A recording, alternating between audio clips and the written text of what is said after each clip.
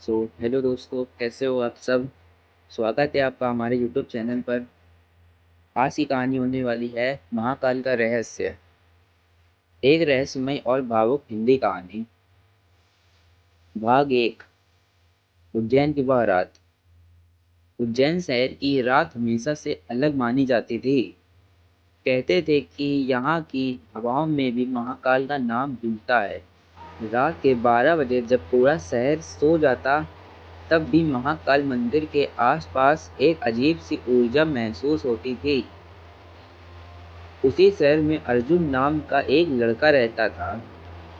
उम्र लगभग 25 साल।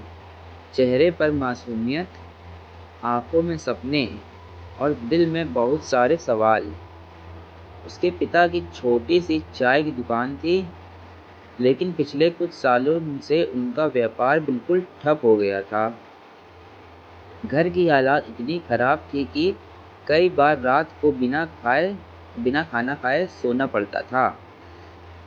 अर्जुन बचपन से ही भगवान महाकाल का भक्त था। हर सोमवार वह मंदिर जाता और घंटों बैठकर सिर्फ शिवलिंग को देखता।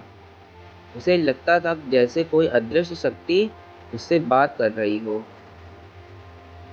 एक दिन उसकी माँ बहुत बीमार पड़ गई। डॉक्टर ने कहा, इलाज में कम से कम 50,000 रुपए लगेंगे। यह सुनते ही अर्जुन के पैरों तले जमीन खिसक गई। उसके पास तो 500 रुपए भी नहीं थे। उस रात वह सीधे महाकाल मंदिर पहुंच गया। मंदिर लगभग खाली हो चुका था। बस कुछ साधु और पुजारी ही वहां मौजूद थे। अर्जुन शिवलिंग के सामने बैठ गया और रोते हुए बोला, महाकाल, अगर आप सच में हो तो मेरी मदद करो। मैं हार गया हूँ। इतना कहकर वह मंदिर के कोने में बैठ गया। अचानक मंदिर की घंटियां अपने आप बजने लगी। तेज हवा चलने लगी। अर्जुन डर गया। तभी उसने देखा कि मंदिर के पीछे वाले अंधेरे रास्ते से एक बूढ़ा साधु उसकी ओर आ रहा था। उस साधु की लंबी जटाएं थी, शरीर पर भस्म और आंखें बिल्कुल लाल थीं। साधु ने गहरी आवाज में कहा, बेटा, जो महाकाल को सच्चे दिल से पुकारता है, उसकी आवाज यहाँ जरूर सुनी जाती है। अर्जुन हैरान होकर बोला, आप कौन हैं बाबा? साधु मुस्कुराया, मैं कौन हूँ यह जरूरी नहीं, जरूरी यह है कि तुम्हारा विश्वास कितना मजबूत है। फिर साधु ने अपनी झोली से एक छोटा सा रुद्राक्ष निकाला और अर्जुन को देते हुए कहा, इसे हमेशा अपने पास रखना, लेकिन याद रखना, इसकी शक्ति तभी काम करेगी जब तुम्हारा दिल साफ होगा। अर्जुन ने कांपते हाथों से रुद्राक्ष ले लिया। जब उसने ऊपर देखा तो वह साधु वहां से गायब हो चुका था। भाग 2। चमत्कार की शुरुआत। अगली सुबह अर्जुन अपनी माँ को अस्पताल लेकर गया। वहां पहुंचते ही डॉक्टर ने अचानक कहा, अरे, आपकी माँ की हालत अब पहले से काफ़ी बेहतर है। शायद ऑपरेशन की ज़रूरत नहीं पड़ेगी। अर्जुन को यकीन नहीं हुआ। रात तक जो हालात गंभीर थी, सुबह अचानक सब कैसे बदल गया। उसने तुरंत जेब में रखा रुद्राक्ष छुआ। उसके शरीर में एक अजीब सी गर्माहट फैल गई। कुछ दिनों बाद अर्जुन को शहर की एक बड़ी कंपनी में नौकरी मिल गई। इतनी अच्छी नौकरी जिसके बारे में उसने कभी सोचा भी नहीं था। धीरे धीरे उसके घर की हालात सुधरने लगी, लेकिन कहानी यहीं खत्म नहीं हुई। एक रात अर्जुन को सपना आया। उसने देखा कि वही बूढ़ा साधु शमशान में बैठा है और चारों तरफ आग जल रही है। साधु ने उसकी तरफ देखकर कहा, जिस शक्ति को तुमने पाया है, उसका रहस्य जानना चाहते हो? तो कल रात 12 बजे शमशान घाट पर आना, अकेले। अर्जुन अचानक नींद से उठ गया। उसका पूरा शरीर पसीने से भीग चुका था। अगले दिन वह पूरे समय सोचता रहा कि जाए या ना जाए।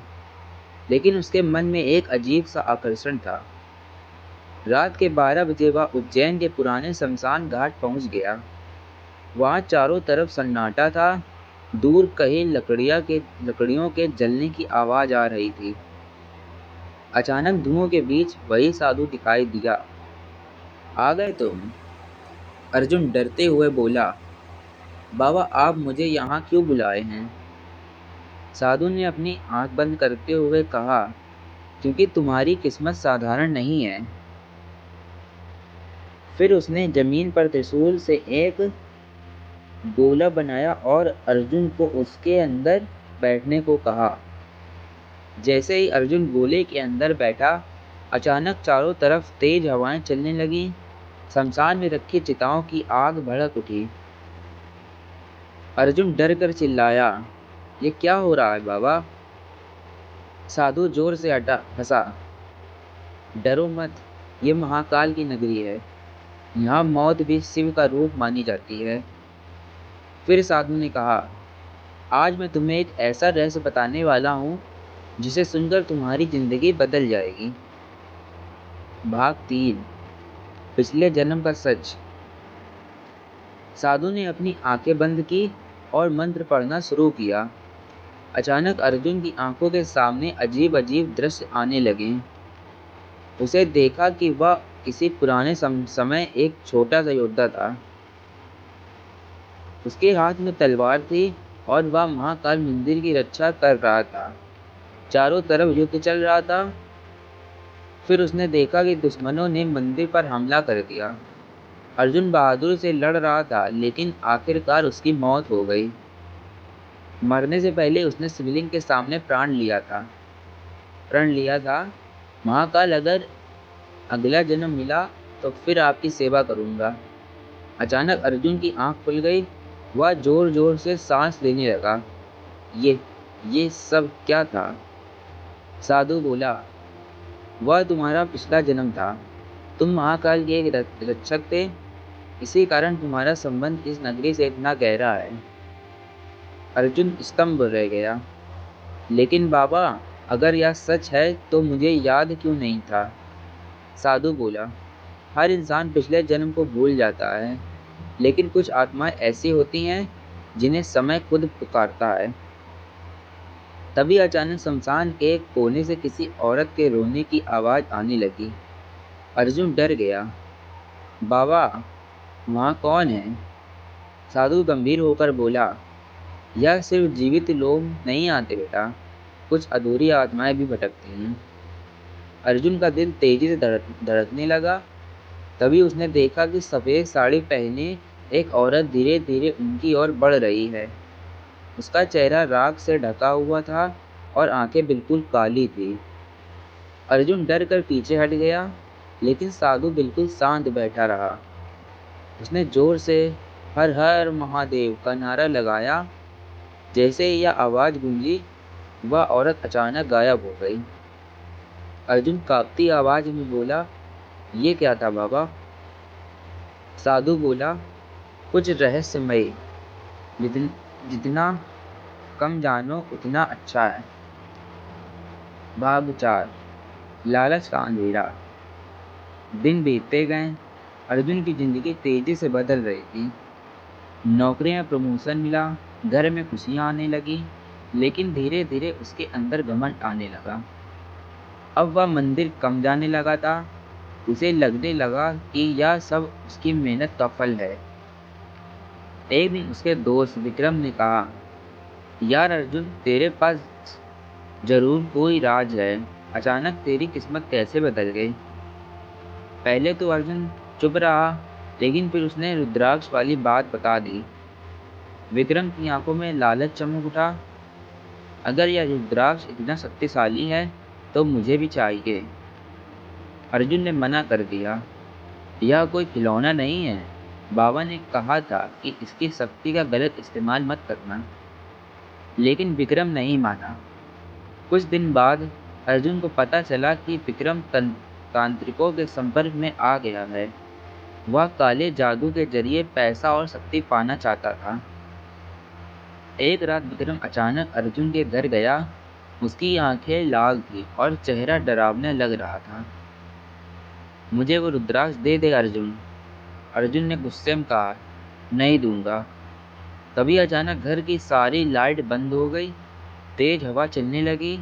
विक्रम अजीब आवाज में बोला, तुझे अंदाजा भी नहीं है कि तू किस शक्ति को छुपा रहा है। अर्जुन डर गया। उसे महसूस हुआ कि विक्रम अब पहले जैसा इंसान नहीं रहा। तभी अचानक कमरे में वही बूढ़ा साधु प्रकट हुआ। उसने जोर से त्रिशूल जमीन पर मारा। पूरा कमरा कांप उठा। विक्रम दर्द से चिल्लाया और जमीन पर गिर पड़ा। साधु गुस्से में बोला, लालच इंसान को राक्षस बना देता है। फिर उसने अर्जुन की तरफ देखा। मैंने तुम्हें चेतावनी दी थी, शक्ति का अहंकार मत करना। अर्जुन की आंखों से आंसू बहने लगे।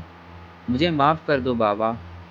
साधु शांत आवाज में बोला, गलती इंसान से ही होती है, लेकिन याद रखो, महाकाल सब देखते हैं। भाग 5 अंतिम परीक्षा। अगले दिन अर्जुन मंदिर गया और घंटों तक शिवलिंग के सामने बैठा रहा। उसे एहसास हो चुका था कि वह अपने रास्ते से भटक गया था। उसी रात फिर उसे सपना आया। इस बार उसने देखा कि पूरा उज्जैन शहर अंधेरे में डूबा हुआ है। लोग चीख रहे हैं, मंदिर की घंटियां लगातार बज रही है। और फिर वही आवाज आई, अगर अपने शहर को बचाना चाहते हो तो कल रात महाकाल मंदिर के पीछे वाले पुराने कुएं पर आना। अगली रात अर्जुन वहां पहुंचा। वहां वही साधु पहले से मौजूद था, लेकिन इस बार उसका चेहरा बहुत गंभीर था। समय आ गया है अर्जुन। किस बात का बाबा? तुम्हारी अंतिम परीक्षा का। अचानक जमीन हिलने लगी। कुएं के अंदर से डरावनी आवाजें आने लगी। साधु बोला, सदियों पहले यह एक तांत्रिक को जिंदा दफनाया गया था। उसकी आत्मा अब जाग चुकी है। अगर उसे रोका नहीं गया तो पूरा शहर संकट में पड़ जाएगा। अर्जुन डर गया। मैं क्या कर सकता हूँ बाबा? साधु ने रुद्राक्ष उसकी हथेली पर रखा। विश्वास, सिर्फ विश्वास ही सबसे बड़ी शक्ति है। तभी कुएं के अंदर से काला धुआं निकलने लगा। धीरे धीरे उस धुएं ने एक विशाल डरावना रूप ले लिया। उसकी आंख आग की तरह जल रही थी। वह आवाज गूंजी, कोई मुझे नहीं रोक सकता। अर्जुन के पैर कांपने लगे, लेकिन तभी उसे अपनी माँ का चेहरा याद आया। अपने पिता की मेहनत याद आई और महाकाल के मंदिर में बिताए वो पल याद आए। उसने आंख बंद की और पूरी ताकत से चिल्लाया, हर हर महादेव। जैसे यह आवाज गूंजी, रुद्राक्ष चमकने लगा। तेज रोशनी पूरे इलाके में फैल गई। काला धुआं जोर जोर से चीखने लगा। अचानक आसमान में बिजली चमकी। मंदिर की घंटियां अपने आप बजने लगी और फिर वह काली शक्ति धीरे धीरे राख में बदल गई। सब कुछ शांत हो गया। अर्जुन जमीन पर गिर पड़ा। साधु मुस्कुराया, आज तुमने साबित कर दिया कि सच्ची भक्ति दिल की पवित्रता में होती है। अर्जुन ने थकी हुई आवाज में पूछा, बाबा आप आखिर में हैं कौन? साधु हल्का सा मुस्कुराया। अचानक उसके शरीर से तेज प्रकाश निकलने लगा। अर्जुन की आंखें चौड़ी रह गईं। उसे ऐसा लगा जैसे उसके सामने कोई साधारण इंसान नहीं बल्कि स्वयं महाकाल का अंश खड़ा हो। और अगले ही पल वह साधु गायब हो गया। भाग 6 महाकाल का संदेश। उस घटना के बाद अर्जुन की जिंदगी पूरी तरह बदल गई। अब वह सिर्फ अपने लिए नहीं जीता था, उसने गरीबों की मदद शुरू की, मंदिर में सेवा करने लगा और हर जरूरतमंद के साथ खड़ा रहने लगा। लोग कहते थे कि अर्जुन के चेहरे पर अब एक अलग ही शांति दिखाई देती है।